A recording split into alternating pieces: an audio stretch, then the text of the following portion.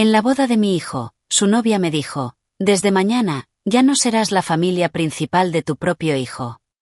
Yo simplemente sonreí, y cancelé un pago de $9,000. A la mañana siguiente, ella vino corriendo a mi casa. Buen día, queridas oyentes. Soy Louisa otra vez. Me alegra que estén aquí conmigo. Denle me gusta a este vídeo. Escuchen mi historia hasta el final y cuéntenme desde qué ciudad me escuchan. Así puedo ver hasta dónde ha llegado mi historia. Mi nombre es Margaret Arwell, pero todos los que me quieren me llaman Margie. Tengo 64 años. Vivo en una casa color amarillo pálido en Sycamore Drive, en Columbus, Ohio. Y durante la mayor parte de mi vida adulta, la verdad más importante sobre mí fue esta. Yo era la madre de Tyler. No es algo triste de decir. Tuve una carrera, 22 años como administradora de hospital. Tuve amistades, un club de lectura, un jardín que cada primavera se volvía más ambicioso. Después de que mi esposo Richard muriera de un infarto hace 11 años, reconstruí mi vida con cuidado y en silencio. Como se reconstruye cualquier cosa que realmente importa. Pero Tyler, mi único hijo, mi chico serio y de buen corazón, él era el hilo que atravesaba todo. Me llamaba todos los domingos. Viajaba desde Cleveland para Acción de Gracias sin falta. Cuando en su empresa lo hicieron socio a los 33 años, me llevó a cenar al mejor restaurante de Columbus, y se emocionó al brindar por la memoria de su padre. Ese era Tyler. Eso éramos nosotros. Así que cuando me llamó en la primavera del año pasado para decirme que se iba a casar, yo también lloré. Pero de felicidad. Le pregunté por ella. Crystal, dijo. Crystal Marrowrow. Llevaban juntos 14 meses. Sonaba feliz, de una forma que no le escuchaba desde antes de que Richard falleciera. Le dije que no podía esperar a conocerla. La conocí 6 semanas después, en un brunch de domingo que Tyler organizó en su departamento en Cleveland. Tenía 31 años. Rubia, bonita, de una forma pulida que me recordaba a una vidriera de tienda. Todo perfectamente colocado. Me abrazó en la puerta con ambos brazos y dijo: «He oído mucho sobre usted, Margaret». Y su sonrisa era amplia y cálida, pero incluso entonces noté algo a través de esa calidez. Me llamó Margaret, no Margie. Tyler seguramente le había dicho que todos me llamaban Margie. Era un detalle pequeño. Pero lo guardé. Con el paso de los meses, esos pequeños detalles se acumularon. Crystal reorganizó las llamadas de los domingos. De repente, Tyler empezó a llamarme los sábados por la mañana, brevemente, muchas veces con ella de fondo diciendo que tenían planes. Empezó a responder preguntas que Tyler me hacía a mí. Cuando mencioné a Richard en una cena, ella desvió la conversación hacia su propia familia en menos de 30 segundos. Nunca lo hacía de forma grosera. Era demasiado hábil para ser grosera. El compromiso se anunció en septiembre. Tyler me preguntó en privado si podía ayudar con los gastos de la boda. Él y Crystal habían encontrado una casa que les encantaba, una casa colonial de 4 dormitorios en un buen distrito escolar. Pero entre la entrada y la boda, estaban ajustados. Dije que sí antes de que terminara la frase. Por supuesto que dije que sí. Era mi hijo. Transferí $90,000 a una cuenta conjunta que Tyler había creado, $55,000 para la boda, $35,000 para la entrada de la casa. La boda fue el 14 de junio, un sábado, en un viñedo a las afueras de Cleveland. Fue hermosa. De esas tardes que parecen una fotografía incluso antes de tomarlas. Luz dorada, flores blancas, un cuarteto de cuerdas. Llevé el vestido que había elegido con la aprobación de Tyler, azul claro. Bailé con mi hijo después de la ceremonia y pensé: esto es suficiente. Pase lo que pase después, este momento es suficiente. Y entonces llegó la cena de la recepción. Me sentaron en la mesa principal de la familia, naturalmente. La madre de Crystal, Denise, una mujer de hombros rígidos de Phoenix, se sentó frente a mí y pasó gran parte de la cena haciéndome preguntas bastante directas sobre las finanzas de la familia Arwell, con un tono disfrazado de curiosidad. Respondí con cuidado. Después de todo, Soy una mujer que pasó 22 años administrando presupuestos hospitalarios. Sé cuándo me están evaluando. Fue casi al final de la noche. Tyler se había ido a hablar con sus amigos de la universidad al otro lado del salón. Crystal apareció a mi lado. Seguía con su vestido, ya sin velo. Su expresión era distinta ahora, más tranquila, más firme. Se inclinó ligeramente hacia mí, como se hace cuando no quieres que otros escuchen. Y lo dijo de forma directa. Sin crueldad. Casi sin emoción. Lo cual fue peor. Solo quiero que sepa, Margaret, que a partir de mañana, la familia principal de Tyler somos nosotros. Usted siempre será su madre, por supuesto. Pero su papel cambia ahora. Así es como funciona. La miré. El cuarteto tocaba algo lento al fondo. Tyler se reía de algo que dijo un amigo. Las velas de la mesa ya estaban casi consumidas. Le sonreí a Crystal. Una sonrisa real. No fingida, no frágil. Firme. Por supuesto, dije. Ella se enderezó, satisfecha, y regresó junto a su nuevo esposo. Tomé mi teléfono, abrí la aplicación del banco, y pausé la transferencia de los $35,000 para la entrada, que Tyler me había pedido enviar el lunes siguiente. Un toque. Transferencia pendiente. Cancelada. Luego apoyé las manos en mi regazo, observé a mi hijo reír al otro lado del salón, y pensé con total claridad. Crystal Marrowrow acaba de hacer el primer movimiento en un juego que aún no sabe que yo llevo jugando 64 años. Conduje de regreso a Columbus a la mañana siguiente, en ese silencio que sigue a un llanto largo. No lloré en el viñedo. No lloré en el hotel. Pero en algún punto de la autopista I-71 Sur, entre las salidas de Stromville y Medina, los ojos se me llenaron de lágrimas y tuve que detenerme en un área de descanso y quedarme allí, con el motor encendido, durante 20 minutos. No era rabia. Aún no. Era algo más cercano al duelo.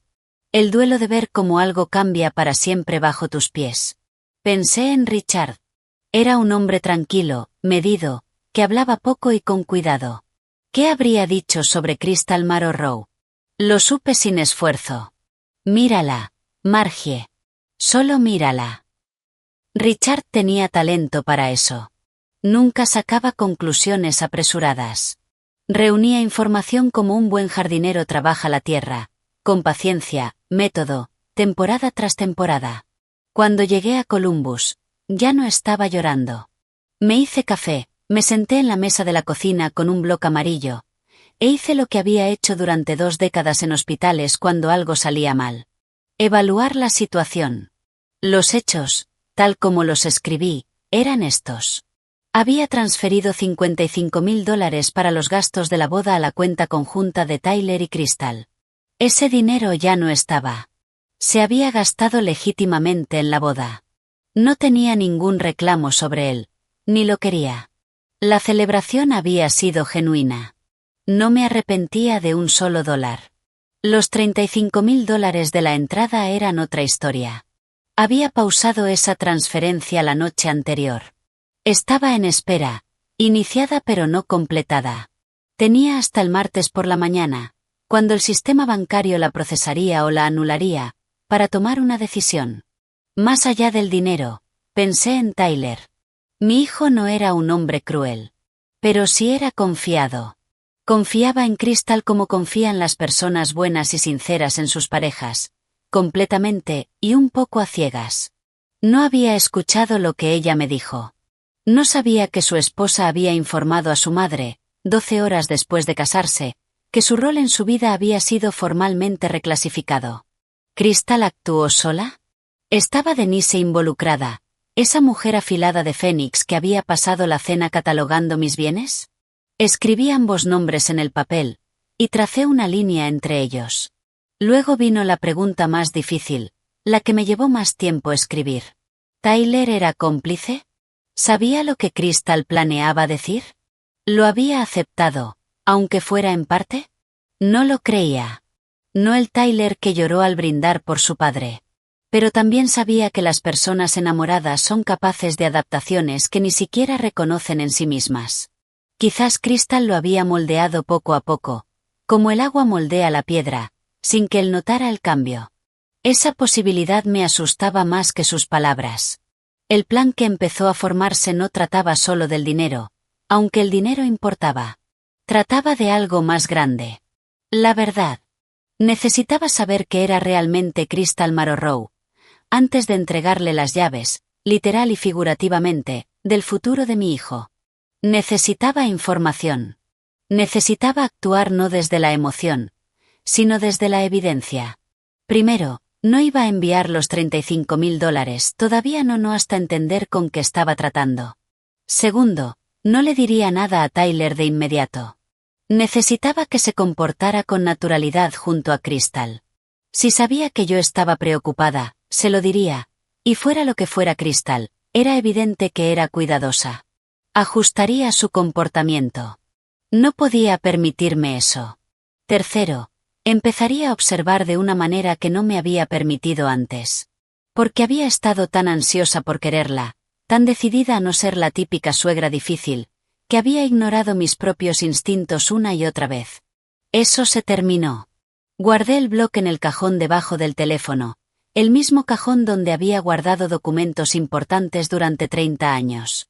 Y llamé a mi amiga más antigua, Barbara Ellison, que me conocía desde que ambas éramos enfermeras jóvenes, antes de que yo pasara a administración. ¿Cómo estuvo la boda?, preguntó. Hermosa, respondí. Porque lo había sido. Necesito preguntarte algo. ¿Aún tienes contacto con esa agencia de investigación privada que usaste cuando tu empresa tuvo aquel conflicto contractual?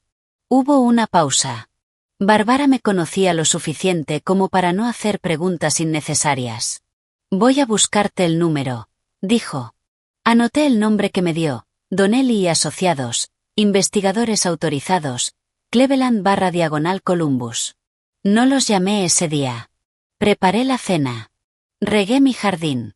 Llamé a Tyler a las 8, como había decidido hacer, con tono normal y cálido, preguntándole cómo iba la planificación de la luna de miel. Sonaba feliz. Sonaba como Tyler. Mamá, dijo casi al final de la llamada. ¿Pudiste dejar programada la transferencia para el lunes? ¿Lo de la casa? Lo estoy gestionando, respondí. Lo cual era cierto. Después de colgar, me senté en el viejo sillón de Richard, el que nunca volví a tapizar ni a reemplazar, y pensé en la paciencia. ¿En cuánto tarda un jardín en crecer? ¿En cuánto daño causan las personas que actúan antes de entender? Los $35.000 permanecieron en mi cuenta. Y dejé pasar el lunes sin enviarlos. Llamé a Donnelly y Asociados el martes por la mañana, sentada en mi coche en el estacionamiento del banco. Elegí ese lugar mitad por practicidad, mitad por simbolismo. Quería estar en un sitio que me recordara la realidad concreta de lo que estaba protegiendo. El hombre que respondió se llamaba Patrick Donnelly. Tenía una voz como cuero viejo, sin prisa, curtida. Le expliqué lo que necesitaba. Información de fondo sobre Crystal Marrowrow, de 31 años, actualmente en Cleveland, Ohio, anteriormente de Phoenix, Arizona. Le dije que era la madre del hombre con el que ella acababa de casarse. Le dije que no buscaba escándalos. Buscaba hechos. Eso es lo que todos dicen, respondió sin juzgar. ¿Qué tipo de hechos específicamente? Historial financiero, relaciones anteriores, cualquier cosa que involucre dinero o acciones legales. 2 semanas, tarifa estándar. Voy a necesitar un contrato firmado. Pasaré esta tarde, dije. Fui a su oficina en Euclid Avenue, una suite ordenada y discreta en el 4º piso de un edificio antiguo. Firmé los documentos, escribí un cheque y volví a casa sintiéndome, por primera vez desde la boda, como yo misma. Con propósito. Con claridad. Lo que no sabía en esos primeros días era que Crystal ya había notado que algo no estaba bien. Era astuta. Eso hay que reconocerlo. Cuando el dinero de la entrada no llegó el martes, no me llamó. Fue directamente a Tyler. Yo me enteré después, pero esto fue lo que ocurrió. Tyler llamó a su banco el miércoles por la mañana para confirmar la transferencia y descubrió que no había llegado. Me llamó, confundido pero no alarmado, preguntando si había habido algún error. Detuve la transferencia, le dije con calma. Tengo algunas dudas sobre el momento. Déjame revisarlo y te llamo. Pausa. ¿Dudas? ¿Qué tipo de dudas, mamá? Nada de lo que tengas que preocuparte ahora. Dame unos días. No insistió. Así era Tyler. Confiaba en mí como confiaba en Crystal. Completamente. Después de colgar, imagino que Crystal le preguntó qué había dicho yo.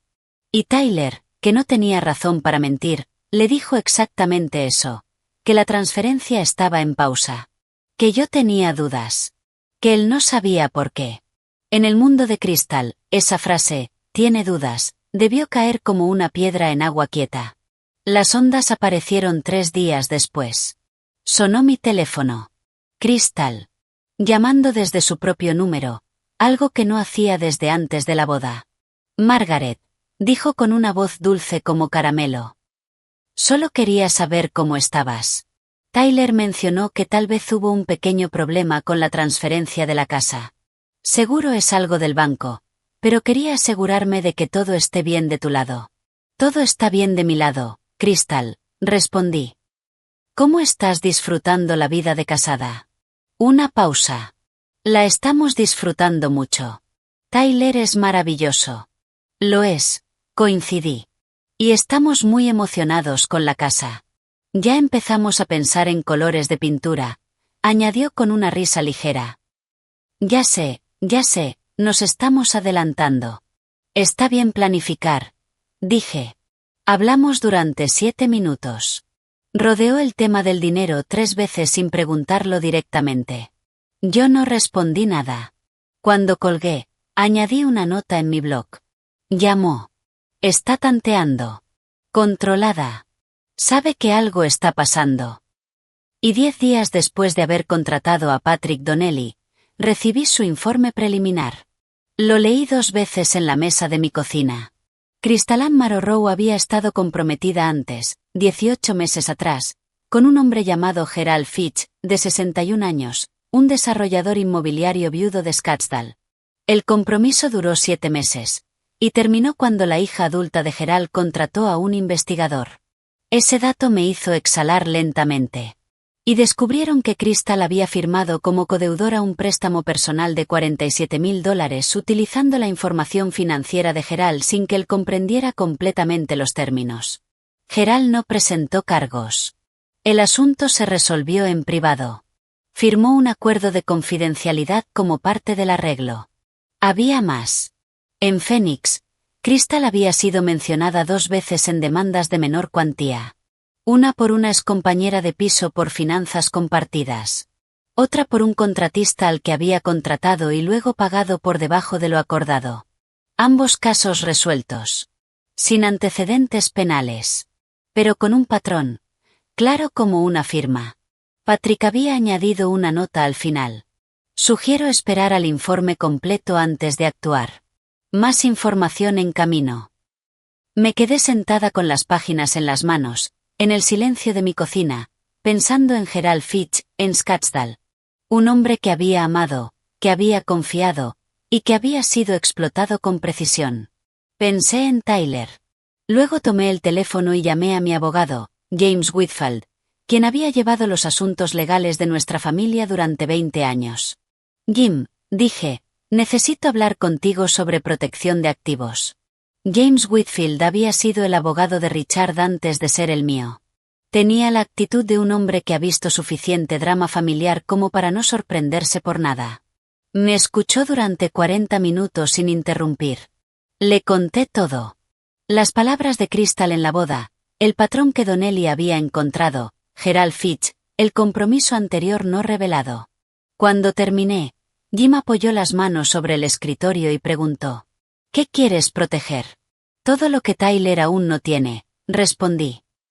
Mi casa, mis cuentas de jubilación, el fideicomiso que pensaba crear para sus hijos, y para él mismo. Lo había pensado con cuidado. Quiero decírselo, pero no hasta tener el informe completo, y algo que no pueda descartar como una simple incomodidad de madre. Jim entendió. En una semana, me ayudó a hacer 3 cosas.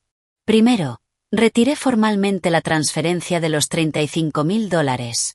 No pausada, no retrasada, cancelada por escrito, con una carta a Tyler explicando únicamente que había decidido reorganizar la forma en que brindaría apoyo financiero, y que hablaríamos de los detalles en persona. Segundo, actualicé mi testamento para eliminar la cláusula que dejaba los bienes directamente a Tyler y Crystal como pareja, reestructurándolo como un fideicomiso protegido al que Crystal jamás podría acceder personalmente. Tercero, abrí una cuenta separada a nombre de Tyler directamente, sin acceso conjunto, sin derechos conyugales, y comencé a transferir allí una parte de mis ahorros líquidos. Nada de esto era secreto. Nada de esto era ilegal. Era simplemente lo que hace una mujer con formación financiera y un buen abogado cuando tiene motivos para ser cautelosa. Pero la cautela tiene un sonido. Y Crystal lo escuchó.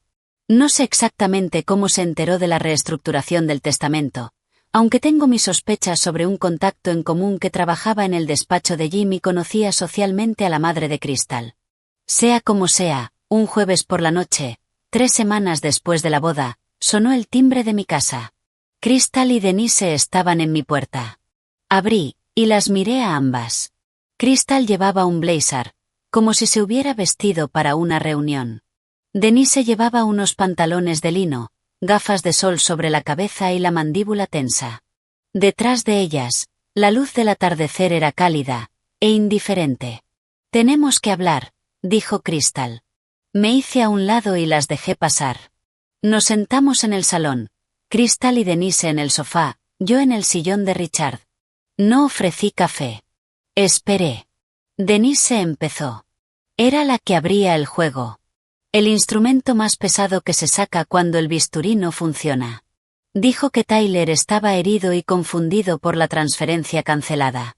Dijo que la compra de la casa era urgente y que los vendedores habían dado un plazo. Dijo que era profundamente inapropiado que una suegra se metiera en las finanzas de una pareja y generara inestabilidad tan pronto en el matrimonio. La dejé terminar. Luego Crystal tomó la palabra. Su voz volvió a ese tono cálido. Dijo que entendía que yo podía estar atravesando sentimientos de adaptación por el matrimonio de Tyler. Dijo que quería que tuviéramos una relación cercana. Dijo, y aquí me miró fijamente, que Tyler se molestaría mucho si supiera que su madre estaba intentando interferir deliberadamente en su futuro como pareja, que eso podría afectar mi relación con él de forma permanente. Esa fue la amenaza. Vestida de preocupación, pero una amenaza. La miré durante un largo momento. Crystal, dije, no he interferido en nada. He tomado decisiones sobre mi propio dinero. No es lo mismo. Los estás castigando, dijo Denise con dureza. Estoy siendo prudente, respondí. Hay una diferencia. La calidez de Crystal se afinó apenas un poco. La entrada de la casa vence en 9 días. Margaret. Si perdemos esa casa, Tyler va a estar devastado. Entonces quizás podrían considerar aportar sus propios ahorros para la entrada, dije con amabilidad. Así suelen funcionar estas cosas. La temperatura en la habitación bajó. Vi la mandíbula de Denise tensarse. Vi algo moverse detrás de los ojos de Crystal. No era dolor. No era confusión. Era cálculo. Se estaba reajustando. Se fueron 20 minutos después, tras 2 intentos más de redefinir mi cautela como crueldad y mi prudencia como agresión. Ninguno de los dos lo acepté. Las acompañé hasta la puerta, me despedí con toda la calidez genuina que sentía por la vereda en la que estaban paradas, y cerré suavemente. Luego fui a la cocina, me senté, y mis manos temblaron durante un minuto entero. No por miedo. Por el esfuerzo sostenido de mantenerme firme mientras me empujaban. Ese tipo de firmeza exige todo lo que tienes. Esa noche llamé a Barbara y le conté lo que había pasado. Y luego hice algo que no hacía desde hacía años. Me tomé 4 días. Conduje hasta la casa de mi hermana en Ashland, a 1 hora y media hacia el sur, donde había un porche, un arroyo, y nadie que me pidiera nada. Trabajé en el jardín. Dormí 9 horas cada noche. Me permití simplemente ser, durante 4 días, una mujer sentada junto al agua. En la mañana del quinto día, regresé a Columbus, y encontré el informe completo de Patrick Donnelly en mi buzón. El informe tenía 41 páginas. Preparé té, me senté en la mesa de la cocina, y lo leí todo.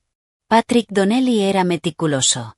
Además de lo que ya indicaba el informe preliminar, el reporte completo incluía registros bancarios obtenidos a través de archivos públicos, un documento judicial del caso en Scottsdale, 3 entrevistas con personas que pidieron permanecer en el anonimato, y el elemento que me hizo dejar la taza sobre la mesa. Una copia de una conversación por mensajes, obtenida legalmente a través de una de las fuentes, en la que Crystal y Denise discutían, 6 semanas antes de la boda, el valor aproximado de la herencia que Tyler recibiría de mí. La estimaban en $400,000. No estaban lejos. En esa conversación, Denise escribió: «La clave es el momento. Poner la casa a nombre de ambos inmediatamente. Establecer finanzas conjuntas, y el resto se da solo». Crystal respondió con una sola palabra: «Exacto». Leí ese intercambio 4 veces. No porque lo necesitara. Lo entendí al instante. Sino porque quería sentir todo su peso antes de decidir cómo usarlo. ¿Era esto un delito? No, claramente. La gente habla de dinero.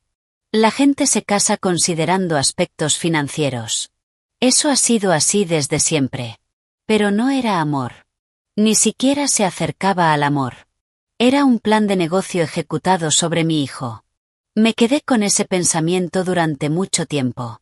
La semana siguiente, Crystal volvió a llamarme. Esta vez, su voz era diferente. Más suave. Un poco más vulnerable. Como si hubiera ensayado un personaje distinto. Dijo que había estado reflexionando. Dijo que creía que habíamos empezado mal, ella y yo, y que eso no era lo que quería. Dijo que Tyler me extrañaba, lo cual me resultó curioso, porque había hablado con Tyler 3 veces esa semana y no había notado ninguna tristeza. Dijo que quería invitarme a Cleveland para pasar un fin de semana largo juntas, conocernos de verdad. Es una invitación muy amable, respondí. Lo digo en serio, Margaret. Quiero que estemos unidas. Consideré la invitación desde varios ángulos en los 5 segundos de silencio que siguieron. Estaba diseñada para acercarme, suavizarme, posiblemente para obtener información sobre lo que yo pensaba. También existía la posibilidad, pequeña pero real, de que yo estuviera equivocada. De que esa conversación tuviera una explicación. De que la historia con Gerald Fitch tuviera otra versión que yo no conocía. El problema era que ya no podía permitirme esa posibilidad. No después de 41 páginas.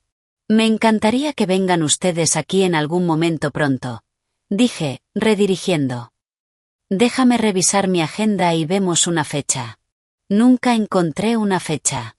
3 días después, Crystal y Denise pasaron en coche por mi casa.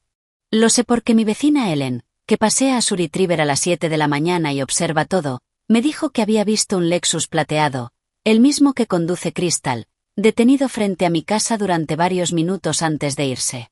Estaban observando. Y saber que estaban observando, curiosamente, me dio claridad. Me indicó que la presión volvería. Esa semana hice algo que debería haber hecho antes. Le conté todo a Barbara. No la versión editada que le había dado antes. Todo. La conversación por mensajes, Gerald Fitch, el testamento modificado, la visita de Crystal y Denise, todo. Barbara se sentó frente a mí en su mesa de cocina y escuchó. Y cuando terminé, puso su mano sobre la mía y dijo: «Margie, eres una de las personas más claras que conozco. Confía en ti». Luego llamó a su hija, Stephanie, que era abogada de derecho familiar en Cincinnati. Stephanie aceptó asesorarme de manera informal, revisó todo lo que le mostré y confirmó que lo que estaba haciendo, proteger mis activos y reunir pruebas antes de involucrar a mi hijo, no solo era legalmente correcto, sino, en su opinión profesional, el orden adecuado. «No hables con Tyler todavía», me aconsejó. «Necesitas tener el panorama completo antes de incluirlo. De lo contrario, se convierte en una discusión entre tus sentimientos y los de Crystal. Y esas discusiones nunca terminan bien para quien dice la verdad. Tenía razón. Yo ya lo sabía antes de que lo dijera. Pero hay una diferencia entre saber algo en soledad y que alguien más, sin interés personal, lo confirme. A eso se le llama apoyo. Salí de la casa de Bárbara más liviana. No feliz. No había nada feliz en esa situación. Pero sí firme. Preparada. Vinieron un sábado por la tarde, 3 semanas después, sin avisar.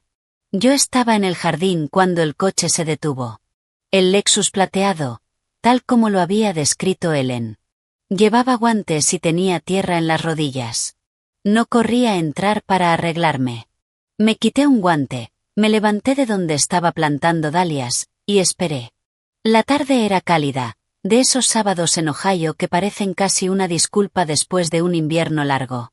Recuerdo haber pensado que era un mal día para aparecer en casa ajena sin invitación. El buen clima hace que la gente se sienta con derecho a ciertas cosas. Crystal entró primero por la puerta del jardín. Llevaba una caja de galletas, el gesto de alguien que ha pensado cuidadosamente cómo se ve la suavidad. Denise venía detrás, con una botella de vino bajo el brazo. Ambas sonreían con ese esfuerzo particular de quienes han practicado su sonrisa en el coche antes de llegar. Deberíamos haber llamado, dijo Crystal con una voz que dejaba claro que sabía perfectamente lo que hacía al no hacerlo. Pero temía que, si llamaba, encontrarías una excusa para decir que estabas ocupada. Necesitaba verte. Me quité el otro guante. Pasen. Preparé café. Porque necesitaba hacer algo con las manos. Y porque ofrecer hospitalidad es un hábito que nunca he perdido, incluso cuando debería.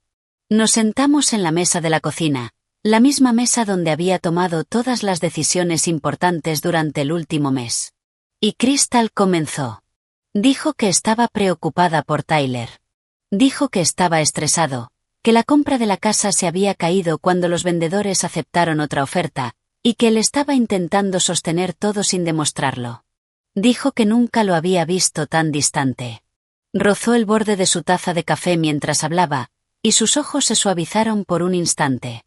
Y era buena. Quiero decirlo claramente. Era realmente buena en esto. Había hablado con Tyler 4 días atrás y sonaba como siempre, pensé. Pero escuché. Entonces dijo algo que cambió por completo el tono de la conversación. Dijo que sabía que yo tenía dudas. Pronunció esa palabra como quien usa un término educado para algo profundamente incómodo. Dijo que lo entendía. Pero que, fuera lo que fuera que yo había oído, creído ver o creído descubrir. Aquí me miró con una expresión perfectamente calibrada entre el dolor y la paciencia. No era toda la historia. Que las cosas pueden sacarse de contexto. Que había cometido errores cuando era más joven. Que ya no era esa persona. Que había crecido. Que había cambiado. Así que sabía que yo había estado investigando. Mantuve el rostro neutro. ¿Qué tipo de errores? Pregunté. Un destello cruzó su mirada. No era vergüenza. No era culpa. Era cálculo, disfrazado de ambas cosas. Había preparado esa respuesta. No fui cuidadosa con el dinero cuando era joven, dijo. Tomé malas decisiones en una relación anterior, pero Tyler lo sabe. Le conté todo. ¿De verdad? Hice una nota mental. Preguntarle a Tyler con cuidado, sin inducirlo, si eso era cierto, y en qué nivel de detalle. En ese momento intervino Denise. Aquí la máscara no se deslizó, se dejó de lado deliberadamente. Apoyó su taza con un pequeño sonido firme. Se inclinó hacia adelante y me miró como mira a alguien cuando decide que la calidez no funciona y hace falta peso. Margaret, dijo, con toda la calidez completamente ausente, dejando un tono seco, casi empresarial. Tienes que entender que tu hijo está casado. Tiene una esposa. Tiene una vida que no necesita tu supervisión financiera ni tu aprobación. Hizo una pausa. El dinero que estás reteniendo, ya no es realmente tu dinero. Lo ofreciste. Hiciste un compromiso. Retractarte no te hace prudente. Te hace controladora. Y Tyler eventualmente lo verá así, te guste o no. Ahí estaba. La presión moral, desplegada por completo. Prometiste, le hiciste creer a tu hijo, debes cumplir. Tomé una decisión sobre mis propias finanzas, dije, por segunda vez desde que todo esto había comenzado. Tyler lo entiende. Tyler te está siendo leal de una forma que está envenenando lentamente su matrimonio, dijo Crystal. Su voz había encontrado un nuevo registro. Algo entre una súplica genuina y una acusación precisa. Tan bien entrelazadas que no podía separarlas sin parecer insensible. Él te defiende constantemente, continuó. Cada vez que expreso preocupación por lo que estás haciendo, él se pone de tu lado sin siquiera preguntarme mi perspectiva. ¿Entiendes lo que eso le hace a una pareja? ¿Entiendes en qué posición me pone? Era elegante. Hay que reconocerlo. Era realmente elegante. Estaba pintando un cuadro en el que mi negativa a entregar el dinero era la herida en el matrimonio de Tyler. No la conversación por mensajes. No Gerald Fitch en Scottsdale. No las 41 páginas guardadas en un cajón a pocos metros de donde ella estaba sentada. Yo. Mi cautela. Mi amor por mi hijo estaba siendo redefinido, con precisión quirúrgica, como el problema. Me quedé en silencio un momento. Le di a esa idea lo que merecía. Una pregunta honesta. ¿Tenía razón? Se lo debía. No como concesión, sino como justicia. La disposición real a considerarlo. No tenía razón. Creo que deberían irse, dije. El silencio que siguió fue breve y absoluto. Como el silencio que aparece cuando una puerta se cierra en una habitación que creías abierta. El rostro de Denise se endureció como piedra. Crystal mantuvo la compostura aproximadamente 3 segundos. Los conté, casi sin querer. Y entonces algo se quebró. Solo un instante. Lo suficiente. La calidez desapareció. La vulnerabilidad cuidadosamente construida desapareció. Y lo que vi debajo no era dolor. No era tristeza. Ni siquiera era ira en el sentido habitual. Era algo frío. Enfocado. Completamente desprovisto de emoción. Como algo que había estado esperando pacientemente detrás de una pantalla. Se fueron sin llevarse el vino. Cerré la puerta con llave, fui al salón y me senté en el sillón de Richard. Me quedé allí largo rato, viendo cómo cambiaba la luz en la pared. Por primera vez en todo esto, la boda, la visita, los informes, todo, sentí miedo real. No de Crystal en sí. No de lo que pudiera hacerme directamente. Sino del tiempo. De cuánto podría sostener esto. De lo que Tyler podría llegar a creer si Crystal seguía construyendo su versión de los hechos, silenciosa y constantemente, día tras día, en esos espacios pequeños e invisibles de su vida juntos. De lo paciente que podría ser. Me quedé con ese miedo, hasta que se transformó en otra cosa. Se convirtió en certeza. De esa que no necesita confirmación. De esa que no tiembla. Tomé el teléfono y llamé a James Whitfield. Jim, dije, creo que es momento de hablar con Tyler. Le pedí a Tyler que viniera solo. Lo llamé un martes por la noche. Manteniendo la voz tranquila y cálida. Le dije que necesitaba verlo en persona, que había algunas cosas que quería compartir con él. Nada de qué asustarse, pero cosas que merecía saber. Me preguntó si todo estaba bien. Le dije que sí. Que se lo explicaría cuando estuviera aquí. Vino el sábado por la mañana. Llegó a las 9, como lo había hecho cientos de veces antes, con un café del autoservicio y ese golpe familiar en la puerta. 3 toques rápidos que tenía desde los 15 años, cuando decidió que tocar el timbre era demasiado formal para la casa de su madre. Lo abracé en la puerta, y lo sostuve un poco más de lo habitual. Él lo permitió. Se veía cansado. No un cansancio dramático. No el de una crisis. Sino ese cansancio lento que se acumula cuando algo en tu vida no está bien, y has sido demasiado leal como para nombrarlo. Lo noté de una forma que no había podido notar por teléfono. Nos sentamos en la mesa de la cocina. Había preparado todo como preparaba las presentaciones de presupuesto para el directorio del hospital. Ordenado, factual, sin nada innecesario. Una carpeta marrón. Páginas numeradas. Los informes preliminar y completo de Donnelly en orden cronológico. La impresión de la conversación por mensajes, con los fragmentos relevantes resaltados en amarillo. No por dramatismo, sino para que pudiera encontrar lo importante sin tener que buscar. La documentación del acuerdo de Gerald Fitch, obtenida de los registros públicos de Scottsdale. Y una línea de tiempo que había armado yo misma, comenzando con las palabras de Crystal en la boda y terminando con la visita de Crystal y Denise 3 semanas atrás. Puse la carpeta frente a Tyler. Y dije: antes de que la abras, quiero que sepas que te amo sin condiciones. Que nada de lo que hay aquí cambia eso. Y que te lo muestro porque mereces tomar decisiones sobre tu vida con toda la información. No mi interpretación, los documentos. Miró la carpeta.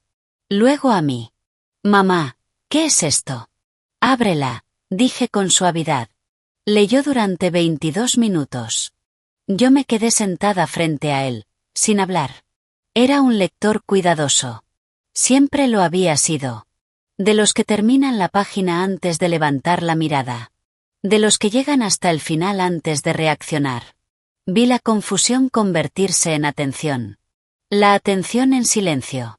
Y el silencio profundizarse cuando llegó a la conversación por mensajes. Supe, por la forma en que volvió atrás para releer una página, que había encontrado el intercambio sobre los $400,000. Levantó la mirada. Su rostro estaba compuesto. De esa manera particular en la que alguien elige mantener la compostura de forma deliberada. ¿Esto es real? Todo, respondí. Documentado y verificado por un investigador autorizado. Patrick Donnelly puede hablar contigo directamente si quieres llamarlo. Te doy su número. Tyler dejó las hojas sobre la mesa. Se quedó en silencio un largo rato.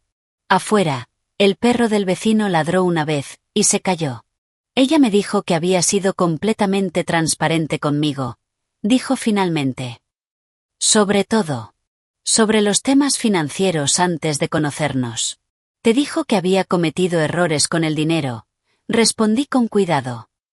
Hay una diferencia importante entre eso, y un documento que demuestra una firma como codeudora por $47,000 en un caso fraudulento que terminó en un acuerdo legal privado, dije con calma. ¿Esa es la versión que ella te contó? No respondió. Miró la mesa por un momento, luego sus manos, y finalmente me miró a mí. Y en sus ojos vi ese dolor específico de alguien que acaba de darse cuenta de que dos cosas que creía ciertas, no pueden serlo al mismo tiempo. Esa fue mi respuesta. Seguíamos hablando en voz baja, asimilando el peso de todo, cuando Crystal llegó. No había sido invitada. Creo que Tyler le había enviado un mensaje cuando llegó. El reflejo automático de un hombre casado. Estoy en casa de mamá, sin pensar en lo que ella podría hacer con esa información. Debió verlo y conducir hasta allí de inmediato, porque apareció en la puerta menos de una hora después. Entró directamente. Yo había dejado la puerta sin llave. Y claramente había formado un plan durante el trayecto, porque entró a la cocina ya compuesta. Miró la carpeta sobre la mesa. El rostro de Tyler. Las páginas marcadas en amarillo. Me miró a mí. ¿Qué es esto? Dijo. Su voz era firme, pero tensa en los bordes, como un alambre estirado un poco más de lo que soporta. Siéntate, Crystal, dijo Tyler. Y aquí fue donde todo empezó a romperse. No en un momento dramático único, sino en una serie de pequeñas fallas, cada una abriendo una grieta mayor. Porque Crystal había sido hábil manejándome a mí. Yo era una variable que podía calcular, contener, abordar desde ángulos que ya había probado. Tyler era distinto. Tyler era el centro de todo lo que ella había construido. Eso significaba que no podía ser fría con él. No podía ser estratégica de la misma forma abierta. No podía permitirse perder terreno con él, incluso mientras lo estaba perdiendo. Había demasiado en juego. Y demasiadas versiones de su pasado que había contado a distintas personas. La presión de la habitación le exigía ahora reconciliarlas, en tiempo real. Dijo que podía explicar lo de Fitch.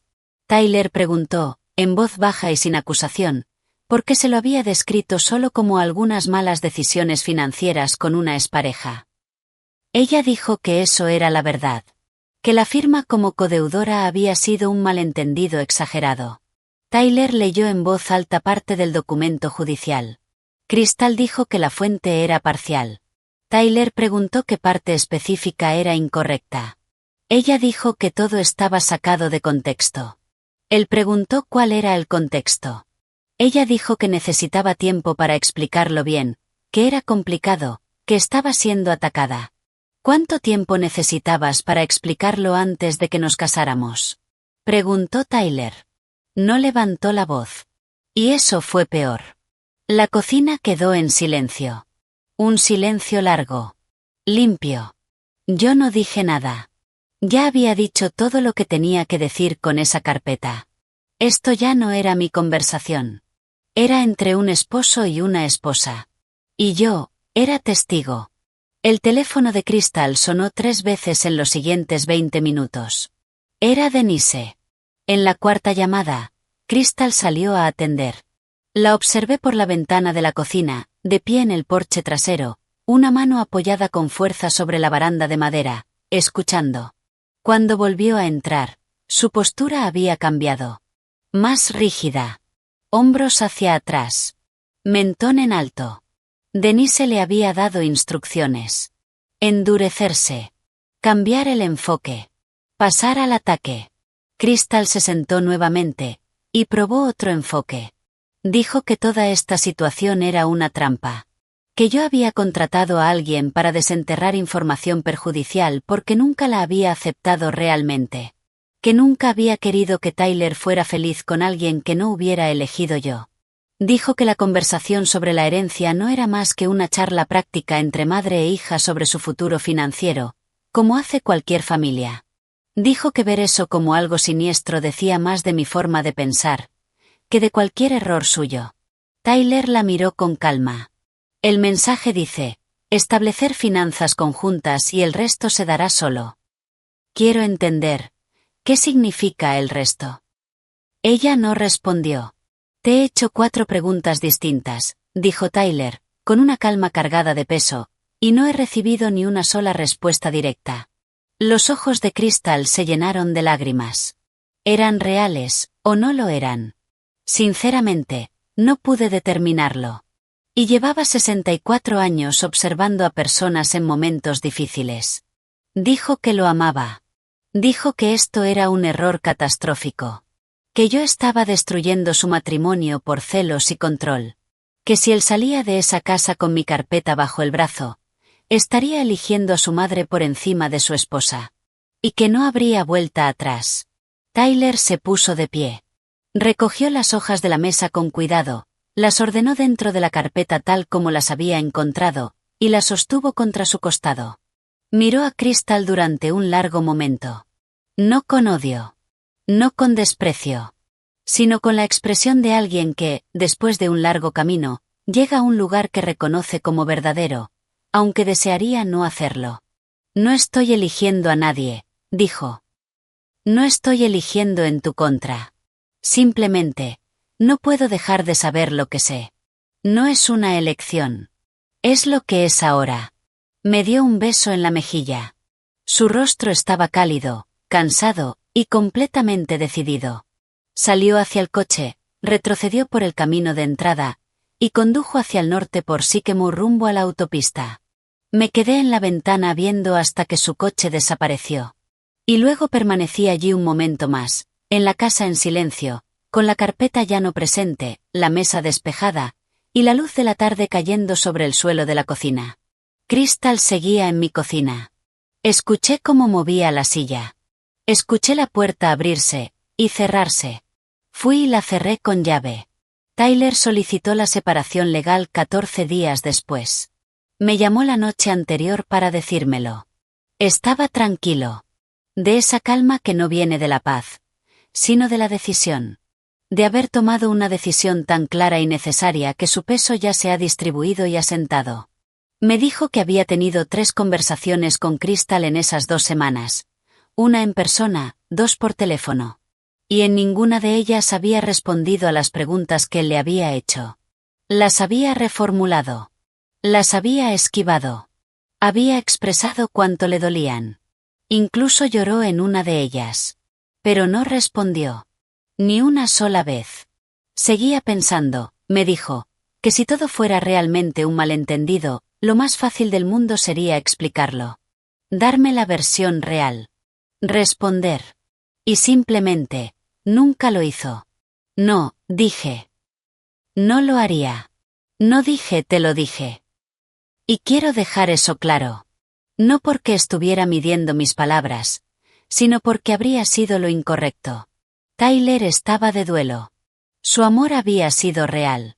El cuidado que puso en esa relación, el futuro que imaginó, el hombre que intentó ser dentro de ella, todo eso era real.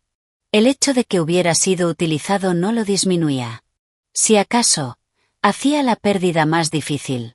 No solo estaba perdiendo un matrimonio.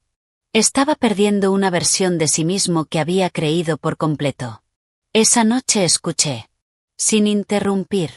Lo dejé ir a donde necesitara en la conversación. Cuando se quedaba en silencio, me quedaba en silencio con él. Cuando hablaba, lo seguía. En ningún momento intenté dirigirlo hacia la ira contra Crystal, ni tranquilizarlo sobre su juicio, ni empujarlo hacia ninguna emoción que no fuera suya. Ese no era mi lugar. Mi lugar era simplemente estar. Presente. Sin agenda. Como lo había estado durante 35 años. El fin de semana siguiente viajé a Cleveland. Llevé un pollo de ese lugar que le gustaba desde la universidad, un pan de masa madre que preparo cada 2 semanas, y nada más. Me senté con él en su apartamento un domingo por la tarde. Vimos un partido de fútbol que no le interesaba. Hablamos de cosas sin importancia. Comimos en la barra de la cocina. Y eso fue exactamente lo correcto. No todo el apoyo necesita anunciarse. El proceso legal, según los estándares de Ohio, fue relativamente sencillo. James Whitfield manejó mis intereses y recomendó a un abogado de familia para Tyler, que él utilizó. Habían estado casados 43 días. No había hijos. No había bienes en común. La compra de la casa nunca se concretó. El título nunca se transfirió. Los $55,000 que aporté para la boda se gastaron y no eran recuperables. Y eso lo había aceptado desde el momento en que cancelé la transferencia. Nunca esperé volver a ver ese dinero. Había pagado flores, música, y una cena en la que mi hijo fue genuinamente feliz. Y lo archivé como el costo de una experiencia, y lo dejé ir. Crystal no tenía ningún derecho sobre mis bienes, ni sobre el fideicomiso reestructurado, ni sobre las cuentas de jubilación, ni sobre la casa en Sycamore Drive, ni sobre los $35,000 que habían permanecido en la cuenta exclusiva de Tyler desde junio.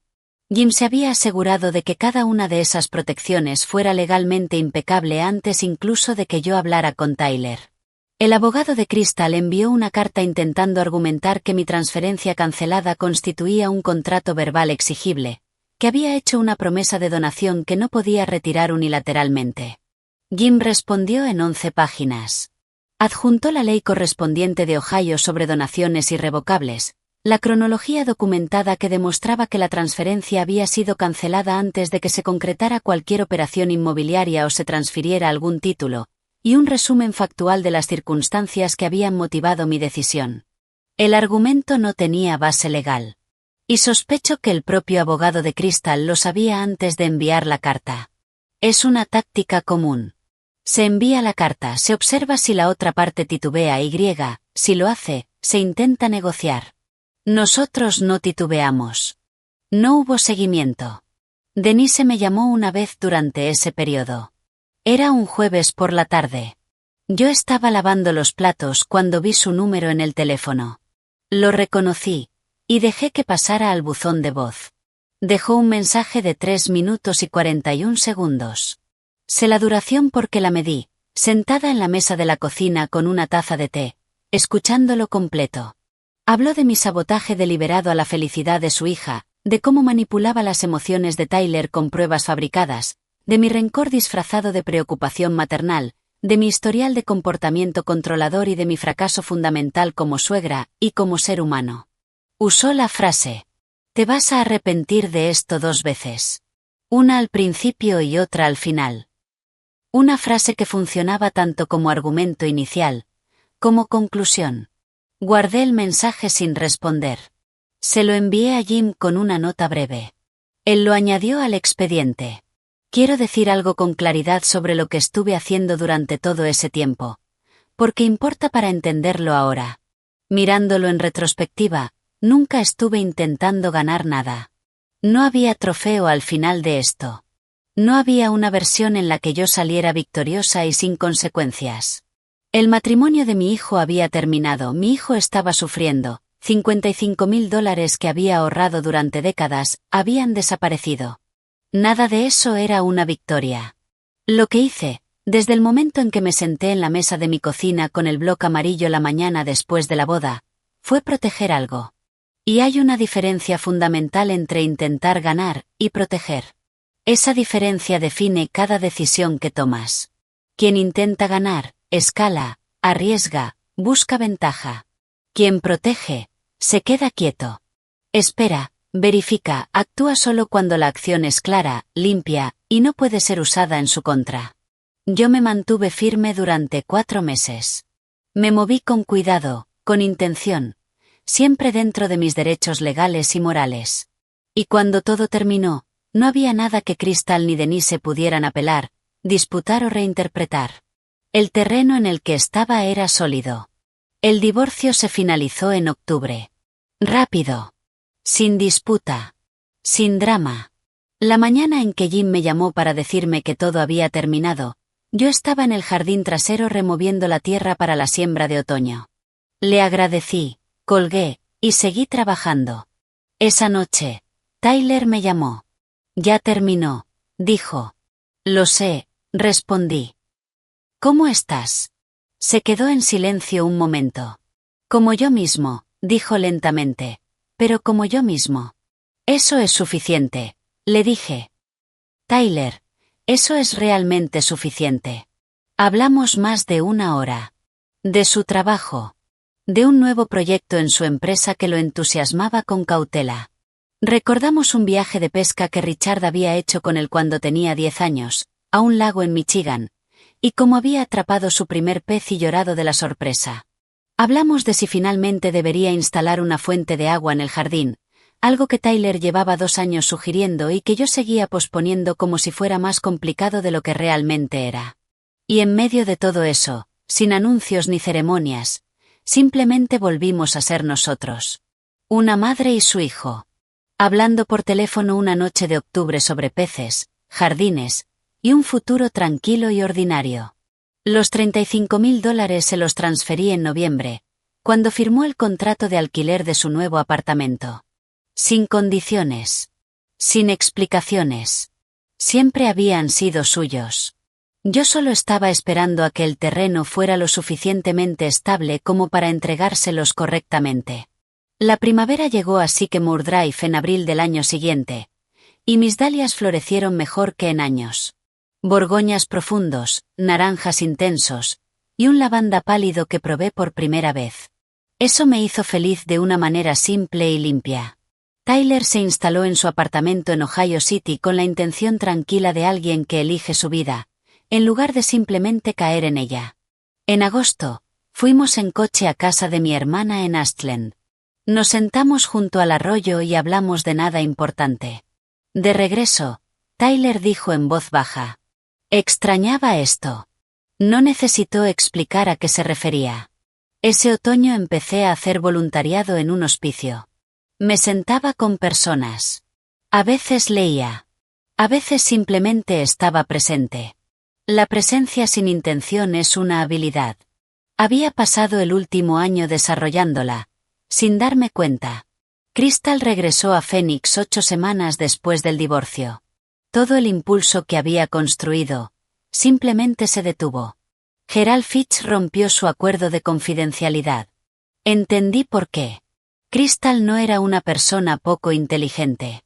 Tenía percepción real. Disciplina genuina.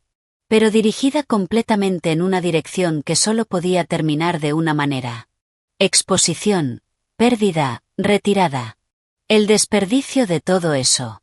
Mi vida en Sycamore Drive estaba llena de una forma que se sentía ganada.